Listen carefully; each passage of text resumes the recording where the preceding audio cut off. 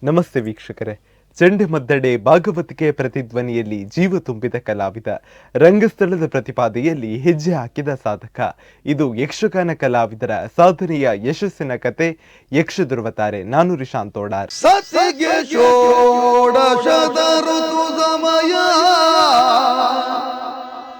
ಏಕಾದಶಿ. ಇವತ್ತು ನಮ್ಮ ಕಾರ್ಯಕ್ರಮದಲ್ಲಿರುವ ಯಕ್ಷಗಾನ ಕಲಾವಿದ ಯಾರು ಅಂತ ಕೇಳೋದಾದ್ರೆ, ಕಳೆದ 13 ವರ್ಷಗಳಿಂದ ಕಟೀಲು ಮೇಳದಲ್ಲಿ ಪ್ರಧಾನ ಸ್ತ್ರೀ ಪಾತ್ರಧಾರಿಯಾಗಿ ಮಿಂಚುತ್ತಾ ಕಲಾಮಾತೆ ಶ್ರೀ ಭ್ರಮರಾಂಬೆಯ ಅನುಗ್ರಹದಿಂದ ತಮ್ಮ ಕಲಾ ಜೀವನವನ್ನು ಬೆಳಗಿಸುತ್ತಿರುವ ಶ್ರೀ ರಾಜೇಶ್ ಪೂಜಾರಿ ಬೆಳ್ಳಾರೆ ನಮ್ಮ ಜೊತೆಗಿದ್ದಾರೆ. ಬನ್ನಿ ಅವರ ಕಾರ್ಯಕ್ರಮಕ್ಕೆ ಸ್ವಾಗತಿಸೋಣ ಹಾಗೂ ಅವರ ಯಕ್ಷ ಜೀವನದ ಅನುಭವದ ಮಾತುಗಳನ್ನ ಕೇಳ್ಕೊಂಡು ಬರೋಣ. ದಕ್ಷಿಣ ಕನ್ನಡ ಜಿಲ್ಲೆಯ ಸುಳ್ಯ ತಾಲೂಕಿನ ಕಳಂಜ ಗ್ರಾಮದ ಮಣಿಮಜಲು ಎಂಬ ಹಳ್ಳಿಯಲ್ಲಿ 1989ನೇ ಇಸವಿ ಮಾರ್ಚ್ 24ರಂದು ಶ್ರೀ ಕೃಷ್ಣಪ್ಪ ಪೂಜಾರಿ ಹಾಗೂ ಶ್ರೀಮತಿ ರತ್ನಾವತಿ ದಂಪತಿಗಳ ಸುಪುತ್ರರಾಗಿ ಜನಿಸಿದ ರಾಜೇಶ್ ಪೂಜಾರಿ ಬೆಳ್ಳಾರೆ ಅವರು ಬಾಲ್ಯದಿಂದಲೇ ಯಕ್ಷಗಾನದ ಮೇಲೆ ಅಪಾರ ಆಸಕ್ತಿ ಮತ್ತು ಕಲೆಯತ್ತ ತೀವ್ರ ಆಕರ್ಷಣೆ ಹೊಂದಿದ ಕಲಾವಿದರು. ಕೋಟೆ ಮುಂಡುಗಾರು ಶಾಲೆಯಲ್ಲಿ 10ನೇ ತರಗತಿ ತನಕ ವಿದ್ಯಾಭ್ಯಾಸ ಮುಗಿಸಿದ ಇವರು ಬಾಲ್ಯದಲ್ಲಿಯೇ ಯಕ್ಷಗಾನದ ನಾಟ್ಯ, ಭಾವ ಮತ್ತು ರಂಗ ಸೌಂದರ್ಯಕ್ಕೆ ಮನಸೋತು ಇವರ ಮಾವ ಪದ್ಮನಾಭ ಕಳಂಜ ಹಾಗೂ ಲಕ್ಷ್ಮೀಶ ರೈ ಕಳಂಜ ಅವರ ಮಾರ್ಗದರ್ಶನದಲ್ಲಿ ನಾಟ್ಯಾಭ್ಯಾಸವನ್ನು ಪ್ರಾರಂಭಿಸಿದ್ರು. ಜೀವನ ನಿರ್ವಹಣೆಯ ಕಠಿಣ ಪರಿಸ್ಥಿತಿಗಳ ನಡುವೆ 2 ವರ್ಷ ಕೂಲಿ ಕೆಲಸ ಮಾಡುತ್ತಾ ಕಲೆಯ ಕನಸನ್ನು ಕೈಬಿಡದೆ ಮುಂದುವರಿದ ಅವರ ಹಠ ಮತ್ತು ತಾಳ್ಮೆ ಮುಂದಿನ ದಿನಗಳಲ್ಲಿ ಕಲಾ ಜೀವನಕ್ಕೆ ಬಲವಾದ ನೆಲೆ ಕಲ್ಪಿಸಿತು. 2007ರಲ್ಲಿ ರಾಮಚಂದ್ರಾಪುರ ಹೊಸನಗರ ಮೇಳದಲ್ಲಿ ನೇಪಥ್ಯ ಕಲಾವಿದರಾಗಿ ಸೇರ್ಪಡೆಯಾಗಿ 6 ವರ್ಷಗಳ ಕಾಲ ಸೇವೆ ಸಲ್ಲಿಸಿದ ಇವರು ರಂಗಸ್ಥಳದ ಒಳಗಂಟುಗಳನ್ನು ಸಮಗ್ರವಾಗಿ ಅರಿತುಕೊಂಡರು. 2013ರಲ್ಲಿ ಶ್ರೀ ಕಟೀಲು ಮೇಳಕ್ಕೆ ಸಂಗೀತಗಾರನಾಗಿ ಪ್ರವೇಶಿಸಿದ ಅವರು 2014ರಿಂದ ವೇಷಧಾರಿಯಾಗಿ ವೃತ್ತಿಪರ ಯಕ್ಷಗಾನ ಜೀವನವನ್ನು ಅಧಿಕೃತವಾಗಿ ಆರಂಭಿಸಿದ್ರು. ಸ್ತ್ರೀ ವೇಷಧಾರಿಯಾಗಿ ಇವರ ಅಭಿನಯ ಸೌಮ್ಯತೆ, ಲಾವಣ್ಯ ಮತ್ತು ಭಾವಪೂರ್ಣತೆಯಿಂದ ಕೂಡಿದೆ. ಮಾಲಿನಿ ದೇವಿ, ಯಶೋಮತಿ, ಕಯಾದು, ಸುಭದ್ರೆ, ದ್ರೌಪದಿ, ಪದ್ಮಾವತಿ, ಅಂಬೆ, ದಮಯಂತಿ ಮುಂತಾದ ಅನೇಕ ಪ್ರಮುಖ ಪಾತ್ರಗಳಲ್ಲಿ ತಮ್ಮ ವಿಶಿಷ್ಟ ಅಭಿನಯದ ಮೂಲಕ ಪ್ರೇಕ್ಷಕರ ಮೆಚ್ಚುಗೆ ಗಳಿಸಿದ್ದಾರೆ. ಭಾವಾಭಿನಯದ ಸೂಕ್ಷ್ಮತೆ, ನಾಟ್ಯದ ಲಾಲಿತ್ಯ ಮತ್ತು ಪಾತ್ರದ ಅಂತರಂಗವನ್ನು ಜೀವಂತಗೊಳಿಸುವ ಶಕ್ತಿ ಇವರ ಕಲೆಯ ವಿಶೇಷತೆಯಾಗಿದೆ. ಪುತ್ತೂರು ಶ್ರೀಧರ ಭಂಡಾರಿಗಳ ನೇತೃತ್ವದ ಶ್ರೀ ಮಹಾಲಿಂಗೇಶ್ವರ ಯಕ್ಷಗಾನ ಮಂಡಳಿ ತಂಡದಲ್ಲಿ 11 ವರ್ಷಗಳ ಕಾಲ ಕಿರಿಯ ಕಲಾವಿದರಾಗಿ ಸೇವೆ ಸಲ್ಲಿಸಿದ ಅನುಭವವು ಇವರ ಕಲಾ ಸಾಧನೆಯನ್ನು ಇನ್ನಷ್ಟು ಗಟ್ಟಿಗೊಳಿಸಿದೆ. ಕಳೆದ 13 ವರ್ಷಗಳಿಂದ ಶ್ರೀ ಕಟೀಲು ಮೇಳದಲ್ಲಿ ಪ್ರಧಾನ ಸ್ತ್ರೀ ಪಾತ್ರಧಾರಿಯಾಗಿ ಮಿಂಚುತ್ತಾ ಕಲಾಮಾತೆ ಶ್ರೀ ಭ್ರಮರಾಂಬೆಯ ಅನುಗ್ರಹದಿಂದ ತಮ್ಮ ಕಲಾ ಜೀವನವನ್ನು ನಿರಂತರವಾಗಿ ಬೆಳಗುತ್ತಿರುವ ರಾಜೇಶ್ ಪೂಜಾರಿ ಬೆಳ್ಳಾರೆ ಅವರು ನಮ್ಮ ಯಕ್ಷ ಧ್ರುವತಾರೆ ಕಾರ್ಯಕ್ರಮದ ಅತಿಥಿಯಾಗಿರುವುದು ನಮ್ಮ ಹೆಮ್ಮೆ.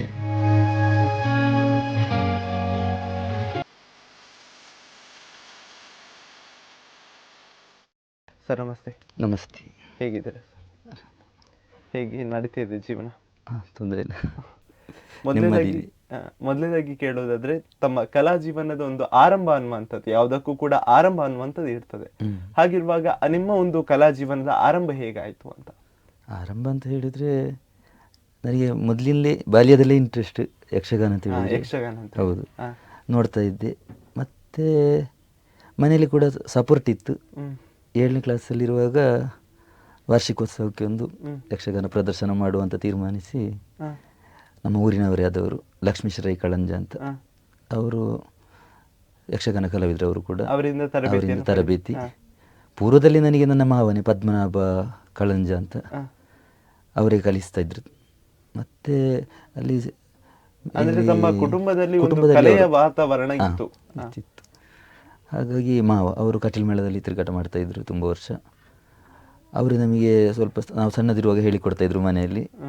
ಮತ್ತೆ 7ನೇ ಕ್ಲಾಸಲ್ಲಿರುವಾಗ ಇವರು ಲಕ್ಷ್ಮೀಶ ರೈ ಅವರು ತರಬೇತಿ ಕೊಟ್ಟರು. ಒಂದು ಪ್ರಸಂಗ ಶಶಿಪ್ರಭಾ ಪರಿಣಯ ಅಂತ ಪ್ರಸಂಗ, ಅದರಲ್ಲಿ ನಾನು ಘೋರ ರೂಪಿ ಅಂತ ಮಾಡಿದ್ದೆ. ಒಂದು ವೇಷ, ಮೊದಲ ವೇಷ ನನ್ನದು. ಅದು ಮಾಡಿದ್ದೇನೆ.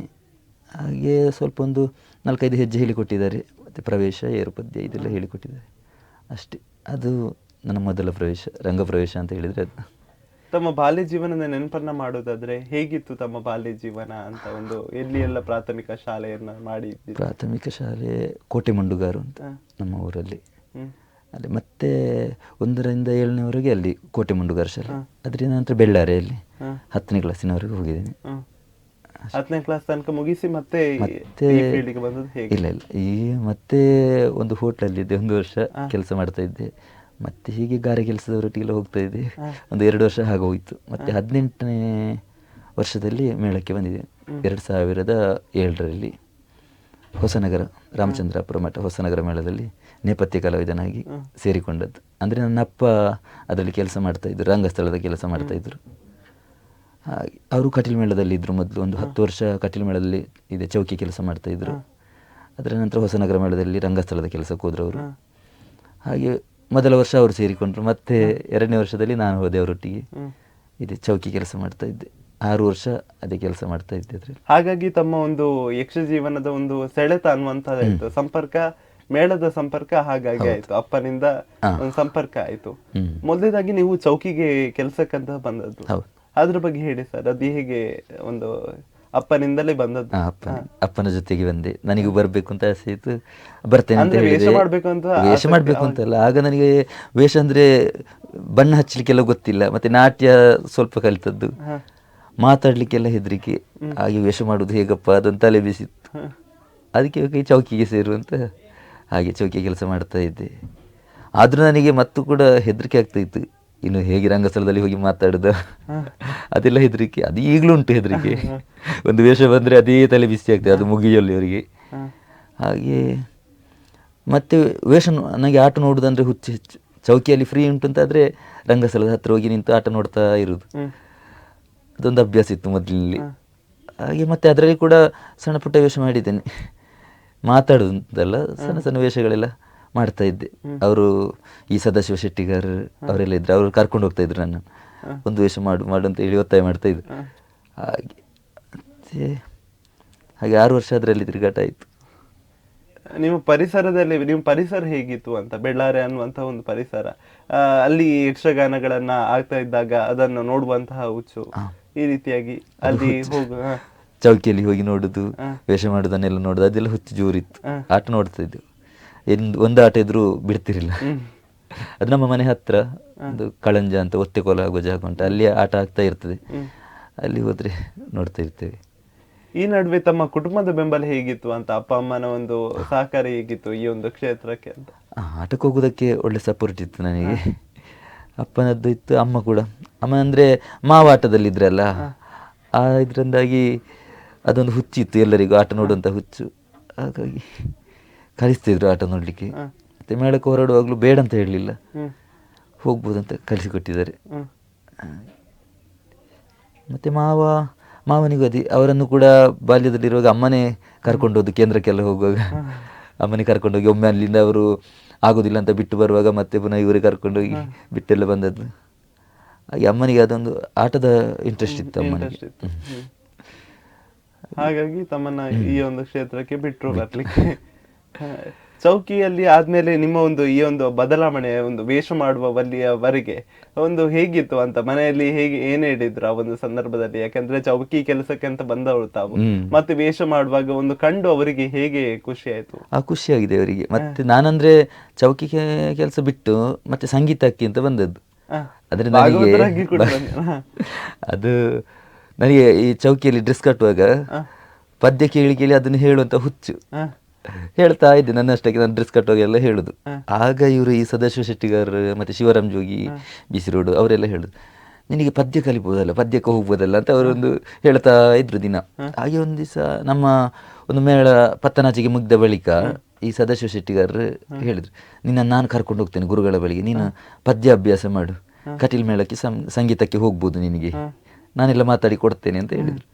ಹಾಗೆ ಅವರು ಕರ್ಕೊಂಡು ಹೋದ್ರು ನನ್ನ ಇಲ್ಲಿ ವಿಟ್ಲದಲ್ಲಿ ಮಾಂಬಡಿ ಸುಬ್ರಹ್ಮಣ್ಯ ಭಾಗವತರು ಅಂತ, ಸುಬ್ರಹ್ಮಣ್ಯ ಭಟ್ ಅಂತ, ಅವರ ಕ್ಲಾಸಿಗೆ ಕರ್ಕೊಂಡು ಹೋದ್ರು ನನ್ನ.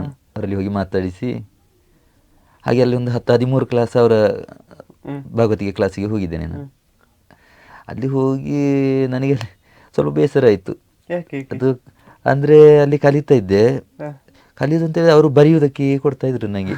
ನಾನು ಕ್ಲಾಸಿಗೆ ಹೋದಾಗ ಒಮ್ಮೆ ಪದ್ಯ ಹೇಳಿಸುದು ಮತ್ತೆ ಬರೆಯುವುದು, ಬರೀಲಿಕ್ಕೆ ಕೊಡೋದು. ನಿತ್ಯವಶದಿಂದ ಪಿಟಿಗೆ ತ್ರಿವಶದವರೆಗೆ ಅದು ಪದ್ಯಗಳು ತುಂಬ ಉಂಟಲ್ಲ, ಅದನ್ನು ಬರೀಬೇಕು ಅಂತ. ಈಗ ನನಗೆ ಇಲ್ಲಿ ಮೇಳಕ್ಕೆ ಬರ್ತೇನೆ ಅಂತ ಹೇಳಿ ಆಗಿದೆ, ಇಲ್ಲಿ ದಿನ ಮುಂದೆ ಹೋಗ್ತಾ ಉಂಟು. ಕಟೀಲು ಮೇಳಕ್ಕೆ ಸಂಗೀತಕ್ಕೆ ಬರ್ತೇನೆ ಅಂತ ಹೇಳಿ ಆಗಿದೆ. 13 ಕ್ಲಾಸ್ ಆಯ್ತು ಅಷ್ಟೇ. ಇನ್ನು 1 ತಿಂಗಳಲ್ಲಿ ನನಗೆ ಮೇಳಕ್ಕೆ ಹೇಗೆ ಹೋಗುವುದು, ನಾನು ಪದ್ಯ ಹೇಳೋದು ಹೇಗೆ, ನನಗೆ ಇದೇ ತಲೆ ಬಿಸಿ ಆಗ್ತಿತ್ತು. ಅವರಿಗೆ ನೀವು ತಿಳಿಸಿದಿಲ್ಲ? ಅವರಿಗೆ ಅಂದರೆ ಅವರು ಅಷ್ಟೊಂದು ಇಂಟ್ರೆಸ್ಟ್ ಕೂಡ ತೋರಿಸಿದ್ರ. ನನಗೆ ದಿನ ಬರಲಿಕ್ಕೆ ಕೂಡ ನನಗೆ ಅದನ್ನ ನೋಡಿ ಬೇಸರ ಆಯ್ತು. ಬೇರೆಯವರಿಗೆಲ್ಲ ಚಂದ ಹತ್ತಿರ ಕೂತ್ಕೊಳಿಸಿ ಹೇಳ್ತಾರೆ, ಹೀಗೆಲ್ಲ ಆಗುವಾಗ ಮತ್ತೆ ನನಗೆ ಬೇಡ ಅಂತ ಆಯ್ತು. ಹಾಗೆ ಅಲ್ಲಿಂದ ಬಿಟ್ಟೆ. ಮತ್ತೆ ಆಗುದಿಲ್ಲ ಅಂತ ಹೇಳಿದ್ರೆ ಮತ್ತೆ ಇವರಲ್ಲಿ ಹೇಗೆ ಹೇಳೋದು, ನಾನು ಸದಸ್ಯ ಶೆಟ್ಟಿಗರಲ್ಲಿ ಹೇಳಬೇಕು. ಅವರು ಮೇಳಕ್ಕೆ ಮಾತಾಡಿ ಕೂಡ ಆಗಿದೆ ಅವರು. ಹಾಗೆ ಮತ್ತೆ ಪೆರ್ಲದಲ್ಲಿ ಕೇಂದ್ರದಲ್ಲಿ ಇವರು ತೆಂಕಬೇಲು ಭಾಗವತರು ಇದ್ದರು. ಅವರಿಗೆ ಫೋನ್ ಮಾಡಿ ಅವರಲ್ಲಿ ಒಂದು 10 ಕ್ಲಾಸ್ ಅವರಲ್ಲಿ ತಗೊಂಡೆ ನಾನು. ಅವರು ಕೂಡ ಹಾಗೆ ಹೇಳಿದ್ರು, ನನಗೆ ಈಗ ನಿನಗೆ ಎಲ್ಲ ಒಂದೇ ರೀತಿ ಕಲಿಸಲಿಕ್ಕೆ ಕಷ್ಟ, ಒಂದು ಶ್ರುತಿಗೆ ಸೇರುವುದೆಲ್ಲ ಕಷ್ಟ. ಈಗ ಶುರುವಿಗೆ ನಾನು ನಿತ್ಯವಶದಿಂದ ಪಿಟಿಗೆ ಶ್ರೀವಶದವರೆಗೆ ತಾಳ ಹಾಕಿ ಪದ್ಯ ಹೇಳುವ ಹಾಗೆ ಹೇಳಿಕೊಡ್ತೇನೆ ಅಂತ ಹೇಳಿದ್ರು. ಹಾಗೆ ಅಷ್ಟಾದರೆ ಅಷ್ಟು ಆಗ್ಬೋದು ಅಂತೇಳಿ 10 ಕ್ಲಾಸ್ ತಗೊಂಡು ಅಷ್ಟು ಅಭ್ಯಾಸ ಮಾಡಿಕೊಂಡು ಬಂದೆ. ಮತ್ತು ಮೇಳಕ್ಕೆ ಸೇರಿದೆ. ಮೇಳದಲ್ಲಿ ಫಸ್ಟಿಗೆ ನನ್ನನ್ನು 3ನೇ ಸೆಟ್ಟಿಗೆ ಹಾಕಿದರು. ಆಗ ಅದರಲ್ಲಿ ಮಯ್ಯರು ಅಂತ ಇದ್ದರು ಭಾಗವತರು, ಅವರಿದ್ದು. ಹಾಗೆ 1 ತಿಂಗಳಿದ್ದೆ ಅದರಲ್ಲಿ 3ನೇ ಸೆಟ್ಟಲ್ಲಿ ಸಂಗೀತಕ್ಕೆ. ಮತ್ತು ಪುಂಡಿಕಾಯಿ ಗೋಪಾಲಕೃಷ್ಣ ಅವರಿದ್ದರು. ಅವರು ಕೂಡ ನನಗೆ ಅಲ್ಲಿ ಹೇಳಿಕೊಡ್ತಾ ಇದ್ರು. ಅಂದರೆ ಶ್ರುತಿಗೆ ಸೇರ್ತಿರ್ಲಿಲ್ಲ ಆಗಲಿ ನನ್ನದು. ಹಾಗೆ ಅವರೆಲ್ಲ ಹೇಳಿಕೊಡ್ತಾ ಇದ್ರು ಬಿಡರದಲ್ಲೆಲ್ಲ. ಮತ್ತು 1 ತಿಂಗಳಿರುವಾಗ ಮತ್ತೆ ನನ್ನನ್ನು ಪುನಃ 1ನೇ ಸೆಟ್ಟಿಗೆ ಹಾಕಿದರು. ಪುರುಷೋತ್ತಮ ಪುಂಜ ಬಟ್ಟಿಗೆರೆ ಅವರ ಸೆಟ್ಟಿಗೆ ಹಾಕಿದರು. ಅಲ್ಲಿ ಬಂದು ನೋಡುವಾಗ ನನಗೆ ಅವರನ್ನೆಲ್ಲ ನೋಡುವಾಗಲೇ ಹೆದರಿಕೆ ಆಯಿತು. ಮತ್ತು ಆದರೂ 1 ವರ್ಷ ಅದರಲ್ಲಿ ಸಂಗೀತದಲ್ಲಿ ತಿರುಗಾಟ ಮಾಡಿದ್ದೆ. ಹಾಗೆ ಅಲ್ಲಿಂದ ಮತ್ತೆ 1 ವರ್ಷ ಮತ್ತೆ ನನಗೆ ಅದೇ ಕಷ್ಟ ಆಯಿತು. ಲಾಸ್ಟಿಗೆ ದೇವರು ಬರುವಲ್ಲಿವರೆಗೆ ಮಾತ್ರ ಪದ್ಯ ಹೇಳ್ತಿದ್ದೆ, ಮತ್ತೆ ಚಕ್ರತಾಳ ಬಡಿತಿದ್ದೆ ಬೆಳಗಿನವರೆಗೆ. ಅದೆಲ್ಲ ಆಗಿ ಮತ್ತೆ ಸೇವೆ ಆದ ನಂತರ ಇವರು ಪೂಂಜರು ಹೇಳಿದರು, ನೀನು ನಮ್ಮ ಮನೆಗೆ ಬಾ, ನಾನು ನಿನಗೆ ಕಲಿಸ್ತೇನೆ ಅಂತ ಹೇಳಿದರು. ಹಾಗೆ ಅವರ ಮನೆಗೆ ಹೋದೆ. 1-1.5 ತಿಂಗಳಲ್ಲಿದ್ದೆ. ಆದರೂ ನನಗೆ ಅವರ ಜೊತೆಗೆ ಹೇಳುವಾಗ ಶ್ರುತಿಗೆ ಸರಿ ಹೇಳಿ ಪದ್ಯ ಹೇಳ್ತಾ ಇದ್ದೆ. ನನ್ನನ್ನು ಒಬ್ಬನನ್ನೇ ಹೇಳಲಿಕ್ಕೆ ಹೇಳುವಾಗ ಅದಕ್ಕೆ ಶ್ರುತಿಗೆ ಸೇರಿದೆ. ಅದೊಂದು ಎಂಥದೋ ಹೆದರಿಕೆ ಹಾಗಾಗ್ತಾ ಇತ್ತು. ಪದ್ಯ ಹೇಳಲಿಕ್ಕೆ ಆಗ್ತಿರಲಿಲ್ಲ ನನಗೆ, ಭಾರಿ ಕಷ್ಟ ಆಗ್ತದೆ. ಅದಕ್ಕೆ ಮತ್ತೆ ಅವರು ಹೇಳಿದರು, ಈ ಶ್ರುತಿಗೆ ಸೇರಂದೆ ಪದ್ಯ ಪಂಡದ ದಾಲ ಪ್ರಯೋಜನ ಹೆಜ್ಜಿ ಮಗ, ಆ ಒಂದು ಕಷ್ಟ ಅಂತ ಹೇಳಿದ್ರು. ನನಗೆ ಮತ್ತೆ ಬೇಸರ ಆಯ್ತು, ಇನ್ನೆಂತ ಮಾಡೋದು, ಇದು ಆಗೋದಿಲ್ಲ, ಇನ್ನು ನಾನು ಬೇಡ, ನಾನು ಚೌಕಿ ಕೆಲಸಕ್ಕೆ ಹೋಗ್ತೇನೆ ಅಂತ ಮತ್ತೆ ಹೊಸನಗರ ಮೇಳದಲ್ಲೆಲ್ಲ ಮಾತಾಡಿ ಎಲ್ಲ ಆಯಿತು, ನಾನು ಮೇಳಕ್ಕೆ ಬರ್ತೇನೆ ಚೌಕಿ ಕೆಲಸಕ್ಕೆ. ನೀವು ಕಟೀಲ್ ಮೇಳಕ್ಕೆ ಬಂದದ್ದು ಸಂಗೀತಗಾರರಾಗಿ ಬಂದದ್ದು 2013ರಲ್ಲಿ ಬಂದದ್ದು. ಹಾಗೆ ಆ ವರ್ಷ ಹೇಗೂ ತಿರುಗಾಟ ಮಾಡಿದೆ 1 ವರ್ಷ. ಮತ್ತೆ ಅವರು ಆಗೋದಿಲ್ಲ ಅಂತ ಹೇಳಿದಾಗ ಮತ್ತೆ ಬೇಡ ಅಂತ ಆಯಿತು, ನಾನು ಚೌಕಿಗೆ ಹೋಗ್ತೇನೆ ಅಂತ. ಹಾಗೆ ಮಾತಾಡಿ ಎಲ್ಲ ಆಯಿತು. ಆಗ ಇವರದ್ದು ಪುತ್ತೂರು ಶ್ರೀಧರ ಭಂಡಾರಿ ಅವರದ್ದು ಮಳೆಗಾಲದ ತಿರುಗಾಟ ಒಂದು ಇತ್ತು ಟೂರ್, ಅದರಲ್ಲಿ ಹೋಗ್ತಾ ಇದ್ದೆ ನಾನು ಚೌಕಿ ಕೆಲಸಕ್ಕೆ. ಹಾಗೆ ಅದರಲ್ಲಿ ನಾನು ಮತ್ತೆ ಇಲ್ಲಿಂದ ಇವರ ಮನೆಯಿಂದ ಹೋದೆ, ಅವರೊಟ್ಟಿಗೆ ಹೋದೆ, ಬ್ಯಾಂಗ್ಳೂರಿಗೆ ಹೋದೆ ನಾನು ಚೌಕಿ ಕೆಲಸಕ್ಕೆ. ಅಲ್ಲಿ ಹೋಗಿರುವಾಗ ಇದರಲ್ಲಿ ಬೋಳಂತೂರು ಜಯರಾಮ್ ಶೆಟ್ಟಿ ಅಂತ ಪ್ರಧಾನ ಶ್ರೀವೇಶ ಮಾಡ್ತಾ ಇದ್ದವರಿದ್ದರು. ಅವರು ಹೇಳಿದರು, ಫೋನ್ ಮಾಡಿದ್ರು ನನಗೆ 1-2 ದಿವಸ ಬಿಟ್ಟು ಫೋನ್, ನೀನು ಎಲ್ಲಿದ್ದೀನಿ? ನಾನು ಬೆಂಗಳೂರಲ್ಲಿ. ಎಂತ ಮಾಡೋದು, ನಾನು ಹೀಗೆ ಚೌಕಿ ಕೆಲಸಕ್ಕೆ ಬಂದಿದ್ದೇನೆ. ಅದು ಭಾಗವತರು ಯಕ್ಷಗಾನ, ಅದು ಒಂದು 3-4 ಗಂಟೆ ಯಕ್ಷಗಾನ ಆಗ್ತಾಯಿತ್ತು. ಹಾಗೆ ಅದಕ್ಕೆ ಭಾಗವತರು ಹೇಳಿದರು, ಅದು ಶ್ರುತಿಗೆ ಸೇರದಿದ್ದರೆ ಪದ್ಯ ಹೇಳಿ ಪ್ರಯೋಜನ ಇಲ್ಲ ಅಂತೇಳಿ. ಹಾಗೆ ನಾನೇನು ಆಗೋದಿಲ್ಲ ಅಂತ ಮತ್ತೆ ಚೌಕಿ ಕೆಲಸಕ್ಕೆ ಬಂದೆ ಅಂತೇಳಿ. ಅದಕ್ಕೆ ಅವ್ರು ಹೇಳೋದು, ಇನ್ನೂ ನೀನು ಒಮ್ಮೆ ಆ ಫೀಲ್ಡ್ ಬಿಟ್ಟು ಬಂದು ಮತ್ತೆ ಪುನಃ ಅದಕ್ಕೆ ಯಾಕೆ ಹೋಗುದು? ನಾನು ಅವರಲ್ಲಿ ಹೇಳಿದ್ದು, ನಾನು ಮೊದಲು 7ನೇ ಕ್ಲಾಸಲ್ಲಿ ಇರುವಾಗ ಒಮ್ಮೆ ವೇಷ ಮಾಡಿದ್ದೇನೆ ಅಂತ ಹೇಳಿದ್ದೆ. ಹಾಗೆ ಅವರು, ನೀನು ವೇಷ ಮಾಡಿದ್ಯಲ್ಲ, ನಿನಗೆ ವೇಷಕ್ಕೆ ಬರ್ಬೋದಲ್ಲ ಅಂತ ಹೇಳಿದರು ಅವರು. ನಾನು ಹೇಳಿದೆ, ನನಗೆ ಬಣ್ಣ ಹಚ್ಚಲಿಕ್ಕೂ ಗೊತ್ತಿಲ್ಲ, ಮತ್ತು ನಾಟ್ಯ ಕೂಡ ಸ್ವಲ್ಪ ಕಲಿತದ್ದು, ನನಗೆ ಹೆದರಿಕೆ ಆಗ್ತದೆ, ಅದೆಲ್ಲ ಆಗಲಿಕ್ಕಿಲ್ಲ ಅಂತೇಳಿ. ಅದಕ್ಕೆ ಅದೆಲ್ಲ ಮೇಳದಲ್ಲಿ 1-2 ಸಾರಿ ಮಾಡಿದಾಗ ಮತ್ತೆ ಅಭ್ಯಾಸ ಆಗ್ತದೆ, ದಿನ ಮಾಡ್ತಾ ಇರುವಾಗ. ನೀನು ಬಾ ವೇಷಕ್ಕೆ ಬಾ ಅಂತ ಹೇಳಿದ್ರು. ಮತ್ತೆ ಅವರು ಒತ್ತಾಯ ಮಾಡುವಾಗ ಆಗೋದಿಲ್ಲ ಅಂತ ಹೇಳಲಿಕ್ಕಾಗಲಿ, ಆಯಿತು ಅಂತ ಹೇಳಿದೆ. ಮತ್ತು ಟೂರಲ್ಲಿರುವಾಗ ಅಲ್ಲಿ ಕೂಡ ನಾನು ಈ ಡ್ರೆಸ್ ಎಲ್ಲ ಹಗಲು ಹೊತ್ತು ಒಣಗಿಸಿ ಎಲ್ಲ ಹಾಕಿ, ನನಗೆ ಕುಣಿಯೋ ಹೊತ್ತಿತ್ತು ಜೋರು, ಹಾರೋದು ಹೀಗೆಲ್ಲ ನನ್ನಷ್ಟಕ್ಕೆ ಎಲ್ಲಿಯಾದರೂ ಯಾರು ನೋಡದ ಹಾಗೆ ಹೋಗಿ ಹಾರ್ತಾ ಎಲ್ಲ ಇತ್ತು, ಕುಣಿತ ದಿಗ್ನ ಹಾರೋದೆಲ್ಲ ಇತ್ತು. ಅದನ್ನೊಮ್ಮೆ ಅವರು ನೋಡಿ, ಇವರು ಧರ್ಮಸ್ಥಳ ಚಂದ್ರಶೇಖರ ಮತ್ತು ಶ್ರೀಧರ ಭಂಡಾರಿ ಅವರೆಲ್ಲ ನೋಡಿ ಒಂದು ದಿವಸ ನನ್ನನ್ನು ಕರೆದು ಅವರೆದುರಲ್ಲಿ ಕುಣಿಲಿಕ್ಕೆ ಹೇಳಿದರು. ಕುಣಿದೆ ನಾನು. ಅದಕ್ಕೆ ಮತ್ತೆ ಅಲ್ಲೇ ಬೆಂಗಳೂರಲ್ಲೇ ಒಂದು ದಿವಸ ವೇಷ ಮಾಡಲಿಕ್ಕೆ ಹೇಳಿದ್ರು. ಇದು ಶಂಕದುರ್ಗರು ದೇವಮತ್ನಲ್ಲಿ, ಅವರೇ ಚಂದ್ರಶೇಖರ ಧರ್ಮಸ್ಥಳ ಬಣ್ಣ ಹಚ್ಚಿದ್ರು, ಟೋಪನ ಡ್ರೆಸ್ ಎಲ್ಲ ಕಟ್ಟಿ ವೇಷ ಮಾಡಿಸಿದ್ರು. ಆ ದಿವಸ ವೇಷ ಮಾಡಿದ್ದೆ, ಒಂದು ಪದ್ಯ ಅದೆಲ್ಲ ಮಾತಾಡಿದೆ ನಾನು, ಸ್ವಲ್ಪ ಸ್ವಲ್ಪ ಹೇಳಿಕೊಟ್ರು ಅವರು, ಅದನ್ನೆಲ್ಲ ಮಾತಾಡಿ ಅದಕ್ಕೆ ಅದನ್ನೆಲ್ಲ ನೋಡಿ ಹಾಗಾದರೆ ನೀನು ವೇಷಕ್ಕೆ ಹೋಗಬೇಕು, ಚೌಕಿ ಕೆಲಸಕ್ಕೆ ಬರಬಾರ್ದು ಅಂತ ಅವರು ಕೂಡ ಹೇಳಿದರು. ಶ್ರೀಧರ ಭಂಡಾರಿ ಅವರು ಹಾಗೆ ಹೇಳಿದರು, ಇನ್ನು ನೀವು ಚೌಕಿಗೆ ಬರೋದು ಬೇಡ, ವೇಷಕ್ಕೆ ಹೋಗು ಕಟೀಲು ಮೇಳಕ್ಕೆ ಅಂತ. ಅಂದ್ರೆ ನೋಡಿ ನೋಡಿ ಅನುಭವ ಇತ್ತು, ಅನುಭವ ಇತ್ತು, ಹೇಗೆ ಮಾತಾಡ್ತಾರೆ ಅಂತ ಅದೆಲ್ಲ ಗೊತ್ತಿತ್ತು ನನಗೆ. ಹಾಗಾಗಿ ಮತ್ತೆ ಅದೇ ಟೂರ್ ಮುಗ್ದ ನಂತರ ಮನೆಯಲ್ಲಿ ಅವರ ಶ್ರೀಧರ ಭಂಡಾರಿ ಅವರ ಮನೆಯಲ್ಲಿ ಒಂದು ದಿವಸ ಮೇಕಪ್ ಇದೆಲ್ಲ ಹೇಳಿಕೊಟ್ರು. ಒಂದೆರಡು ಸಾರಿ ಬಣ್ಣ ಹಚ್ಚೋದು ತೆಗೆಯೋದು ಹೀಗೆಲ್ಲ ಮಾಡ್ತಾ ಇದ್ದೆ. ಅದೆಲ್ಲ ಮಾಡಿ ಮತ್ತೊಂದು ದೇವೇಂದ್ರನ ಅರ್ಥ ಒಂದು ಬರೆದು ಕೊಟ್ಟರು, ಇದನ್ನು ಬಾಯ್ಪಾಠ ಮಾಡಿ ನನಗೆ ಹೇಳಬೇಕು ನೀನು ಅಂತ, ಅವರ ಎದುರಲ್ಲಿ ಹೇಳಬೇಕು ಅಂತ. ಹಾಗೆ ಅದನ್ನೆಲ್ಲ ಬಾಯ್ಪಾಠ ಮಾಡಿ ಅವರ ಎದುರಲ್ಲಿ ಹೇಳಿದೆ. ಅದಕ್ಕೆ ಹಾಗಾದ್ರೆ ನೀನು ಈ ಸರಿ ವೇಷಕ್ಕೆ ಹೋಗಬೇಕು ಅಂತ ಹೇಳಿದರು. ಹಾಗೆ ಮತ್ತೆ ಮೇಳ ಸ್ಟಾರ್ಟ್ ಆಗುವಾಗ ಪುಂಜರಲ್ಲಿ ಮತ್ತೆ ಹೇಳಿದೆ, ಬರ್ತೇನೆ ನಾನು ಮೇಳಕ್ಕೆ, ವೇಷಕ್ಕೆ ಬರ್ತೇನೆ ಅಂತ ಹೇಳಿದೆ. ಹಾಗೆ ಸೇವೆ ದಿವಸ ವೇಷ ಮಾಡಲಿಲ್ಲ, ಮರು ದಿವಸ ವೇಷ ಮಾಡಿ ನನಗೆ ಮುಖ್ಯಶ್ರೀ ವೇಷ ಮಾಡಿ ಸುದರ್ಶನೋಪಖ್ಯಾನ ಪ್ರಸಂಗ ದಿವಸ ನನ್ನದು ಶುರುವಿಗೆ ಒಂದು ದೇವೇಂದ್ರ ಬಲ ಮಾಡಿ ಮತ್ತೆ ವನಪಾಲಕರು ಒಂದು ಇತ್ತು. ಮೊದಲದಾಗಿ ವೇಷ ಮಾಡಿದ ಅದೇ ಮುಖ್ಯಶ್ರೀ ವೇಷ ಮಾಡಿದೆ, ಪೂರ್ವರಂಗದ್ದೊಂದು ವೇಷ ಉಂಟು ಅದು ಮಾಡಿ ಮತ್ತೆ ದೇವೇಂದ್ರ ಬಲ ಮಾಡಿದೆ. ಹಾಗೆ ಅದರ ನಂತರ ಒಂದೊಂದು ವೇಷ ಆಗ್ತಾ ಇದ್ರು. ಭಾಗವತರು ಒಳ್ಳೆ ಸಪೋರ್ಟ್ ಮಾಡ್ತಿದ್ರು, ಪೂಜ್ಯರು ಹೇಳಿಕೊಡ್ತಾಯಿದ್ರು. ಮತ್ತು ವೇಷ ಒಂದೊಂದೇ ಹಾಕಿ ನಿನ್ನಿಂದ ಆಗ್ತದೆ ನೀನು ಮಾಡು ಅಂತ ಒತ್ತಾಯ ಮಾಡಿ ಮಾಡಿಸ್ತಾ ಇದ್ರು. ಮೊದಲನೇದಾಗಿ ಪುಂಡುವೇಷ ಕೂಡ ಮಾಡ್ತಾ ಪುಂಡುವೇಷ ಕಿರೀಟೇಶ ಎಲ್ಲ ಮಾಡಿದ್ರು. ತದನಂತರ ಈ ಸ್ತ್ರೀವೇಷಕ್ಕೆ ಬದಲಾವಣೆ ಹೇಗಾಯ್ತು ಅಂತ, ಸ್ತ್ರೀವೇಷವೇ ಪ್ರಧಾನವನ್ನ ಇಟ್ಕೊಂಡ್ರೆ ಹೇಗೆ ಬಂದ್ರೆ? ನನಗಂದ್ರೆ ಸ್ತ್ರೀವೇಷ ಮಾಡಬೇಕು ಅಂತಲೇ ಒಂದು ಹುಚ್ಚಿತ್ತು. ಅಂದ್ರೆ ಬಾಲ್ಯದಲ್ಲಿ ಅದೇ ಬಾಲ್ಯದಲ್ಲಿ ಸ್ತ್ರೀವೇಷ ಮಾಡುದು, ಈಗ ಡ್ರೆಸ್ ಕಟ್ತಾ ಇದ್ದೆ ಅಲ್ಲ ನಾನು, ಆಗ್ಲೇ ಅವರಿಗೆಲ್ಲ ಸೀರೆ ನೆರಿಗೆ ಹಿಡಿದು ಕೊಡುದು ಅದೆಲ್ಲ ನಾನು ಕಲ್ತಿದ್ದೆ. ಹಾಗೆ ನನಗೂ ಕೂಡ ಒಂದು ಸ್ತ್ರೀವೇಷ ಮಾಡಬೇಕು ಅಂತ ಒಂದು ಆಸೆ ಇತ್ತು. ಹಾಗೆ ಮತ್ತೆ ಇಲ್ಲಿ ಒಂದೊಂದು ಸ್ತ್ರೀವೇಷ ಕೂಡ ಹಾಕ್ತಾ ಇದ್ರು ಭಾಗವತರು. ಅದು ಮಾಡಿ ಆಗುವಾಗ ನನಗೆ ಮೈನ್ ಸ್ತ್ರೀವೇಷ ಸಿಗದಿದ್ರು ಒಂದು 3ನೇ ಸ್ತ್ರೀವೇಷ ಆದರೂ ಸಿಕ್ಕಿದ್ರೆ ಅದನ್ನು ಮಾಡ್ಬೋದಿತ್ತು. ಒಂದು ಸ್ತ್ರೀವೇಷ ಮಾಡಿ ಮತ್ತೆ ಈ ಪುಂಡವೇಷ ಕಿರೀಟ ಯಾವುದು ಬೇಕಾದ್ರೂ ಮಾಡ್ಬೋದು, ಹಾಗೊಂದು ನನಗೆ ಆಸೆ ಇತ್ತು. ಹಾಗೆ ಮಾಡುವಾಗ ನನಗೆ ಇದು ಹೆಚ್ಚಾಗಿ ಸ್ತ್ರೀವೇಷ ಕಡಿಮೆ ಇದ್ದೇ ಬರ್ತಾಯಿತ್ತು. ಪುಂಡವೇಷಗಳು ದೇವಮತ್ನಲ್ಲಿ ಮೊದಲಾಗಿ ಇದೇ ದಿಬ್ಬಣಿಗರು ಮತ್ತು ಈಶ್ವರ, ರಕ್ತೀಶ್ವರಿ ಹೀಗೆಲ್ಲ ವೇಷ ಹಾಕ್ತಾಯಿದ್ರು ಶುರುವಿಗೆ. ಮತ್ತೆ ಬೇರೆ ವೇಷಗಳೆಲ್ಲ ಹಾಕ್ತಾಯಿದ್ರು. ಶಂಕದುರ್ಗರು, ದೇವೇಂದ್ರ ಮಾಡಿದ್ದೇನೆ, ಈಗ ಒಂದೊಂದು ವೇಷ ಹಾಕಿದರು. ಮತ್ತೆ ಹಾಗೆ ಮತ್ತೆ ಸ್ತ್ರೀವೇಷಕ್ಕೆ ಆಗ ಜನ ಇದ್ದರು. ಅದರಲ್ಲಿ ಒಂದು ಬೋಳಂತೂರು ಜಯರಾಮಶ್ರೀ, ಮತ್ತು ನಾರಾಯಣ ಸುವರ್ಣರು, ರವಿಚಂದ್ರ ಚೆಂಬು, ಇವರು ಸ್ತ್ರೀವೇಷಕ್ಕೆ ಎಲ್ಲ ಇದ್ರು. ಹಾಗೆ ರವಿಚಂದ್ರ ಚೆಂಬು ರಜೆ ಮಾಡುವಾಗ ಮತ್ತೆ ಅವರ ವೇಷಗಳನ್ನೆಲ್ಲ ನನಗೆ ಹಾಕ್ತಾ ಇದ್ರು. ಹಾಗೆ ನನಗೆ ಅದೊಂದು ಅಭ್ಯಾಸ ಆಯಿತು ವೇಷ ಮಾಡಿ. ಎಷ್ಟು ಸವಾಲಾಗಿತ್ತು ಅಂತ ಅಂದರೆ ಮಾಡಬೇಕು ಅನ್ನೋದು ಹಠ ಇತ್ತು ನನಗೆ. ಹಾಗೆಲ್ಲ ಅರ್ಥಗಳೆಲ್ಲ ಹೀಗೆ ಕೇಳಿ ಮತ್ತೆ ಬರ್ಕೊಂಡು ಬಾಯ್ಪಾಠ ಮಾಡಿ ಇಲ್ಲ ಅಭ್ಯಾಸ ಮಾಡ್ತಾ ಇದ್ದೆ. ನನಗೊಂದು ಹಠ ಇತ್ತು, ವೇಷ ಮಾಡಲೇಬೇಕು ಅಂತ. ಒಂದು ಈ ಮಾಲಿನಿ ಇದೆಲ್ಲ ಮಾಡಬೇಕು, ಆದಿಮಯ ಶುರುವಿಗೆ ಅಂಥ ವೇಷಗಳನ್ನೆಲ್ಲ ಮಾಡಬೇಕು ಅಂತ ಆಸೆ ಇತ್ತು. ಹೀಗೆಲ್ಲ ಇವರಲ್ಲಿ ಎಲ್ಲ ಅರ್ಥ ಕೇಳೋದು, ಹಿರಿಯರಲ್ಲಿ ಅರ್ಥ ಕೇಳಿ ಬರೆದು ಪುಸ್ತಕದಲ್ಲಿ ಬರೆದಿಟ್ಟುಕೊಂಡು ಅದನ್ನು ಬಾಯ್ಪಾಠ ಮಾಡ್ತಾ ಇದ್ದೆ. ಹಾಗೆ ಒಂದು ಅವಕಾಶ ಸಿಗುವಾಗ ಆಗ್ತದಲ್ಲ ಅಂತ ಸಡನ್ ತಯಾರಾಗೋದಕ್ಕಿಂತ ಮೊದಲೇ ನಾವು ಸ್ವಲ್ಪ ತಯಾರಾಗಿದ್ರೆ ವಾಸ್ತವ ಸ್ಥಿತಿ ಆಗಿದೆ. ಹೌದೌದು. ಮತ್ತೆ ಅವರು ರಜೆ ಮಾಡುವಾಗ ಅವರ ವೇಷ ನನಗೆ ಹಾಕ್ತಾ ಇದ್ರು ಅಂತ ನಿಘಂಟಾದ್ಮೇಲೆ ಹಾಗೆ ಬೇಕಾಗ್ತದಲ್ಲ, ಹಾಗೆಲ್ಲ ಬರೆದಿಟ್ಟುಕೊಳ್ತಾ ಇದ್ದೆ ನಾನು ವೇಷಗಳಂತೂ. ಅದೊಂದು ಚಾನ್ಸ್ ಆಯಿತು ನನಗೆ. ನೀವು ಹೇಳುವಾಗ ನಂಗೀಗ ನೆನಪಾಗ್ತದೆ, ಈಗಿನ ಸ್ಥಿತಿಯಲ್ಲಿ ಯೂಟ್ಯೂಬ್ ನೋಡಿ ಕಲಿಯುವಂಥದ್ದು, ಪಾತ್ರಗಳನ್ನ ಕಲಿಯುವಂಥದ್ದು, ಮುಂದೆ ಆದ್ರೆ ಬರ್ದಿಟ್ಟು ಅದ ರಂಗಸ್ಥಳದಲ್ಲಿ ಮಾಡುವಂಥದ್ದು, ಈಗ ಯಾವ ರೀತಿಯಾಗಿ ಬದಲಾವಣೆ ಆಗಿದೆ ಅಂತ? ಈಗ ಹೆಚ್ಚಾಗಿ ಅದೇ ಯೂಟ್ಯೂಬಲ್ಲಿ ಬರೋದನ್ನೇ ನೋಡ್ತಾರೆ. ಈಗ ನಾವು ಕೂಡ ನೋಡ್ತೇವೆ, ನಾವು ಕೂಡ ಅದನ್ನೇ ಮೊದಲಿನವರದ್ದು ವೇಷಗಳನ್ನೆಲ್ಲ ನೋಡಿ ದಾರಿ ಗೊತ್ತಾಗ್ತದೆ ನಮಗೆ. ಈಗ ಅರ್ಥಗಳು ಅವರೇ ಮಾತಾಡೋದನ್ನು ಮಾತಾಡ್ಲಿಕ್ಕೆ ಆಗದಿದ್ರು ಒಂದು ರಂಗ ನಡೆ ಹೇಗೆ ಅಂತ ಗೊತ್ತಾಗ್ತದಲ್ಲ, ಮೊದಲಿನವರು ಹೇಗೆ ಮಾಡ್ತಾ ಇದ್ರು ಅದನ್ನೆಲ್ಲ ನೋಡಿ ಅಭ್ಯಾಸ ಮಾಡ್ಲಿಕ್ಕೆ ಆಗ್ತದೆ. ಮತ್ತೆ ಅರ್ಥಗಳು ಸ್ವಲ್ಪ ಅದರಲ್ಲಿ ಸಿಗ್ತದೆ. ಅವರು ಹೇಳೋದೆಲ್ಲ ಕಷ್ಟ ಇದ್ರೆ ನಮಗೆ ಅದನ್ನೆಲ್ಲ ಒಮ್ಮೆಲೆ ಕಲಿಲಿಕ್ಕೆ ಕಷ್ಟ. ಸುಲಭದಲ್ಲಿದ್ದರೆ ನಾವು ಅದನ್ನು ಅಭ್ಯಾಸ ಮಾಡಿಕೊಳ್ತೇವೆ. ಮತ್ತೆ ಭಾಗವತರೆಲ್ಲ ಕೇಳುತ್ತೇವೆ, ಹೇಗೆ ಈ ಪ್ರಸಂಗದಲ್ಲಿ ವೇಷ ಹೇಗೆ ಹೋಗುವುದು ಅದೆಲ್ಲ ಕೇಳಿ ಅವರು ಹೇಳಿಕೊಡ್ತಾರೆ. ಮತ್ತೆ ಅದನ್ನೆಲ್ಲ ಬಾಯ್ಪಾಠ ಮಾಡಿ, ಹೆಚ್ಚಾಗಿ ಬಾಯ್ಪಾಠ ಮಾಡಿ ನಮ್ಮದು ಮತ್ತೆ ಸ್ವಂತಿಕೆ ಎಂಥದಿಲ್ಲ, ಅಷ್ಟು ದೊಡ್ಡ ಕಲಾವಿದ್ರಲ್ಲ ನಾವು. ಅದೇ ಮೊದಲಿನವರು ಮಾಡಿದ್ದನ್ನು ನೋಡಿ ಅದಕ್ಕೆ ಕತೆಗೆ ಒಂದು ಲೋಪ ಬರಬಾರದಲ್ಲ, ಅದೇ ರೀತಿ ಹೋಗುವ ಅಂತ ಪ್ರಯತ್ನ ಮಾಡಿ.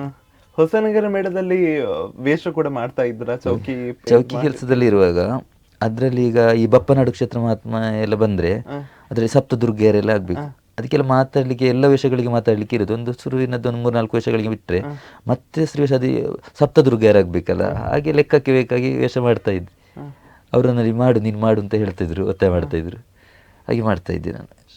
ಮತ್ತು ಶ್ವೇತಕುಮಾರ ಚರಿತ್ರೆಯಲ್ಲಿ ಯಮನಲ್ಲಿಗೆ ಚಿತ್ರಗುಪ್ತ ಪ್ರೇತಗಳನ್ನು ಹೇಳ್ಕೊಂಡು ಹೋಗ್ಲಿಕ್ಕೆ ಉಂಟು, ಅದು ಬಂಟ್ವಾಳ ಜಯರಾಮಾಚಾರ್, ಅದು ನೀನೊಂದು ಬರಲೇಬೇಕು ಅಂತ ನನ್ನ ನೋಡ್ತೇವೆ. ನಾನು ಈ ಸೀರೆ ಎಲ್ಲ ಮುಸುಕು ಹಾಕಿಕೊಂಡು ಹೋಗುದು, ಅಲ್ಲಿ ಹೋಗಿ ಬೊಬ್ಬೆ ಹಾಕ್ಲಿಕ್ಕೆ ಎಲ್ಲ ಇರ್ತದಲ್ಲ, ಹಾಗೆ ನನ್ನ ಕರ್ಕೊಂಡು ಹೋಗ್ತಾ ಇದ್ರು.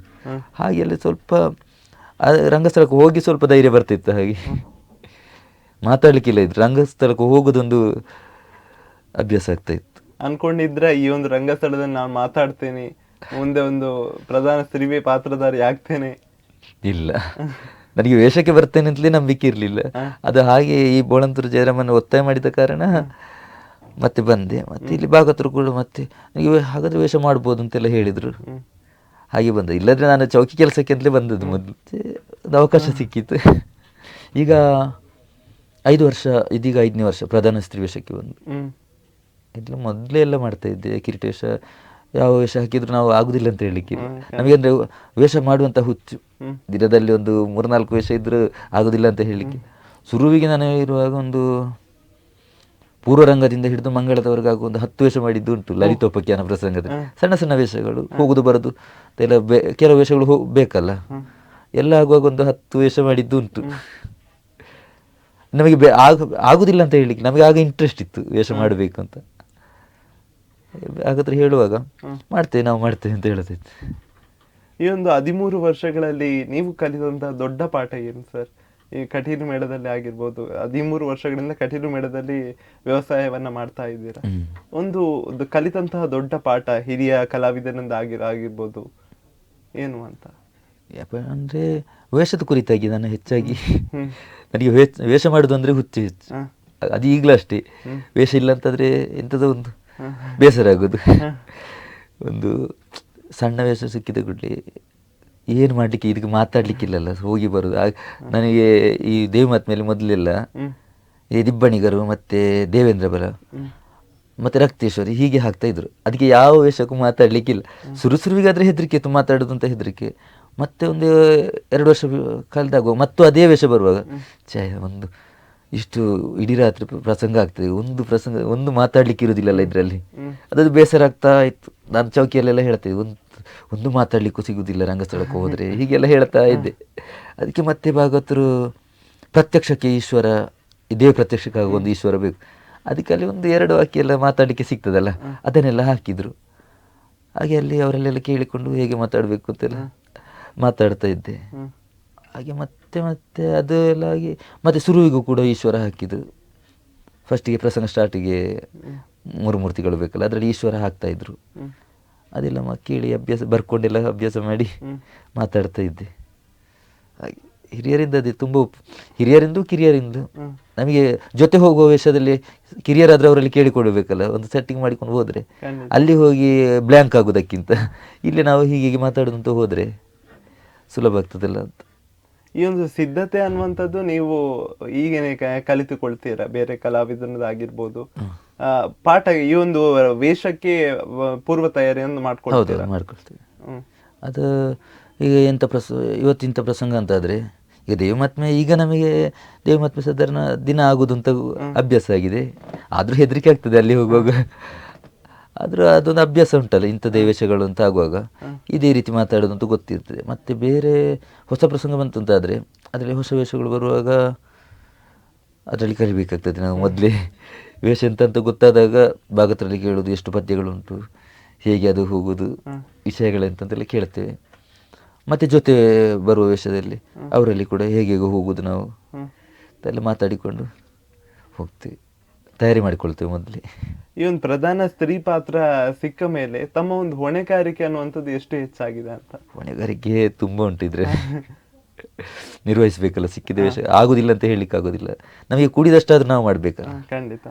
ಹಾಗೆ ಅದನ್ನೆಲ್ಲ ಕೇಳಿಕೊಂಡು ಮತ್ತೆ ನೋಡ್ತೇವೆ, ಮೊದಲಿನ ಯೂಟ್ಯೂಬಲ್ಲಿ ನೋಡ್ತೇವೆ ಮೊದಲಿನವರೆಲ್ಲ ವೇಷವನ್ನು ಹೇಗೆ ಮಾಡಿದ್ದಾರೆ ಅದೆಲ್ಲ ನೋಡಿಕೊಂಡು ಅದೇ ರೀತಿಯಾಗಿ ನಮ್ಮಿಂದ ಸಾಧ್ಯವಾದಷ್ಟು ಮಾಡ್ತೇವೆ. ಹಾಗೆ ಮಾತಾಡಲಿಕ್ಕೆ ಎಲ್ಲ ಸ್ವಲ್ಪ ಕಡಿಮೆ, ತುಂಬ ಮಾತಾಡಲಿಕ್ಕೆ ಆಗೋದಿಲ್ಲ. ಆದರೆ ಅಲ್ಲಿ ಸ್ವಲ್ಪ ಕತೆಗೆ ಎಷ್ಟು ಬೇಕಷ್ಟು ಮಾತಾಡಿಕೊಂಡು ವೇಷವನ್ನು ನಿರ್ವಹಿಸ್ತೇವೆ ಅಂತ. ಸ್ತ್ರೀ ಪಾತ್ರಕ್ಕೆ ಯಾವ ರೀತಿಯ ತಾವು ಪೂರ್ವ ಸಿದ್ಧತೆಯನ್ನು ಮಾಡ್ಕೊಳ್ತೀರಾ ಅಂತ ಸರ್? ಪದ್ಯಗಳನ್ನೆಲ್ಲ ನೋಡಿಕೊಳ್ಳುತ್ತೇವೆ, ಮತ್ತು ಅದಕ್ಕೆ ಆ ಪದ್ಯಕ್ಕೆ ಬೇಕಾದಷ್ಟು ಅರ್ಥಗಳನ್ನು ನಾವೆಲ್ಲ ಸೆಟ್ ಮಾಡಿಕೊಂಡಿರ್ತೇವೆ. ಹೀಗೆ ಮಾತಾಡ್ಬೋದು, ಮಾತಾಡಿದರೆ ಆಗ್ಬೋದು ಅಂತ ಹೇಳಿ. ಮತ್ತೆ ಅಲ್ಲಿ ಹೋಗುವಾಗ ಎದುರು ಸಂಭಾಷಣೆ ಸಿಕ್ಕಿದರೆ ಅವರೊಂದೊಂದು ವಿಷಯ ಮಾಡುವಾಗ ತೆಗೆದು ಹಾಕುವಾಗ ನಮಗೆ ಸ್ವಲ್ಪ ಮಾತಾಡಲಿಕ್ಕೆಲ್ಲ ಅವಕಾಶ ಸಿಗ್ತದೆ. ದೊಡ್ಡ ದೊಡ್ಡ ಕಲಾವಿದರ ಎದುರಲ್ಲಿ ಹೋಗುವಾಗ ಹೆದರಿಕೆ ಆಗ್ತದೆ, ಇನ್ನು ಅವ್ರು ಏನು ಕೇಳ್ತಾರೆ ಏನು ಹಾಗೆಲ್ಲ ಹೆದರಿಕೆ ಆಗ್ತದೆ. ಆದರೆ ನಾವು ಸ್ವಲ್ಪ ಅಭ್ಯಾಸ ಮಾಡಿಕೊಂಡು ಹೋಗಿ ಅವರಿಗೆ ನಮ್ಮಿಂದ ತೊಂದರೆ ಆಗಬಾರ್ದು ಅಂತ ಆದಷ್ಟು ಪ್ರಯತ್ನ ಮಾಡ್ತೇವೆ. ಈ ಒಂದು ಸ್ತ್ರೀ ಪಾತ್ರಕ್ಕೆ ಭಾವ, ನಡಿಗೆ ಅನ್ನುವಂಥ ವೇಷಭೂಷಣ ಅಂತ ಎಷ್ಟು ಮುಖ್ಯ ಆಗ್ತದೆ ಅಂತ? ಇಂಥ ವೇಷ ಅದು ಇದೇ ರೀತಿ ಹೋಗಬೇಕು ಅಂತ ಇರ್ತದೆ. ಈಗ ಸಖಿ ಪಾತ್ರ ಅಂತ ಹೇಳಿದರೆ ಅದು ದೊಡ್ಡ ಇದು ಶೃಂಗಾರ ಎಲ್ಲ ಮಾಡಲಿಕ್ಕಿಲ್ಲ, ಸಿಂಪಲಲ್ಲಿ ಹೋಗೋದು. ಮತ್ತು ಶೃಂಗಾರ ವೇಷಗಳು ಅಂತ ಇರ್ತದೆ, ಗರತಿ ಪಾತ್ರಗಳು, ಅದು ಅದೇ ರೀತಿಯಾಗಿ ಹೋಗಬೇಕು. ಈಗ ಚೂಡಮಣಿ ಸೀತೆ ಅಂತ ಹೇಳುವಾಗ ಅದಕ್ಕೆ ಏನು ಆಭರಣ ಎಲ್ಲ ಹಾಕಲಿಕ್ಕಿಲ್ಲ, ಅಷ್ಟು ಸಿಂಪಲ್ ತಲೆ ಕೂದಲು ಬಿಟ್ಟು ಸಿಂಪಲಲ್ಲಿ ಹೋಗಲಿಕ್ಕೆ. ಹಾಗೆ ಅದೇ ರೀತಿ ಬೇರೆ ವೇಷಗಳು, ಈಗ ಈ ಮಾಲಿನಿ, ಪದ್ಮಾವತಿ ಅದೆಲ್ಲ ಆದರೆ ಶೃಂಗಾರ ಪಾತ್ರಗಳು. ಹಾಗೆ ಶೃಂಗಾರ ಪಾತ್ರಗಳು ಅದರಲ್ಲಿ ಕುಣಿಯುವುದು ಕೆಲವು ಇರ್ತದೆ. ಈ ಗರತಿ ಪಾತ್ರಗಳಿಗೆ ಅಷ್ಟು ಕುಣಿಲಿಕ್ಕಿಲ್ಲ, ಅದೊಂದು ಹೊಣೆಗಾರಿಕೆ ವೇಷಗಳಿರ್ತದೆ. ಈಗ ಕಯದು ಮತ್ತು ಯಶೋಮತಿ, ಸುಭದ್ರೆ ಅಂಥ ವೇಷಗಳೆಲ್ಲ ಭಾವನಾತ್ಮಕವಾದ ವೇಷಗಳಿರ್ತದೆ. ಅದಕ್ಕೆಲ್ಲ ಮಾತು ಮತ್ತು ಭಾವನೆಗಳು ಅಷ್ಟೇ, ಕುಣಿಲಿಕ್ಕೆಲ್ಲ ಕಡಿಮೆ. ಸರಿ, ಇನ್ನಷ್ಟು ಮಾತುಕತೆಯನ್ನು ಮುಂದುವರಿಸೋಣ, ಆದರೆ ಅದನ್ನು ಮುಂದಿನ ಸಂಚಿಕೆಯಲ್ಲಿ ಇಡೋಣ. ಎಸ್ ವೀಕ್ಷಕರೇ, ಯಕ್ಷಧ್ರುವತಾರೆ ಕಾರ್ಯಕ್ರಮದಲ್ಲಿ ರಾಜೇಶ್ ಬೆಳ್ಳಾರೆಯವರ ಇನ್ನಷ್ಟು ಮಾತುಕತೆಯನ್ನು ಮುಂದುವರಿಸೋಣ, ಅದನ್ನು ಮುಂದಿನ ಸಂಚಿಕೆಯಲ್ಲಿ ಇಡೋಣ. ಅಲ್ಲಿ ತನಕ ನೋಡ್ತಾ ಇರಿ ಅಭಿಮತ, ಇದು ಜನಮನದ ನಾಡಿಮಿಡಿತ. ನಮಸ್ಕಾರ. ಸತಿಗೆ ಷೋಡಶದ ಋತು ಸಮಯ ಏಕಾದಶಿ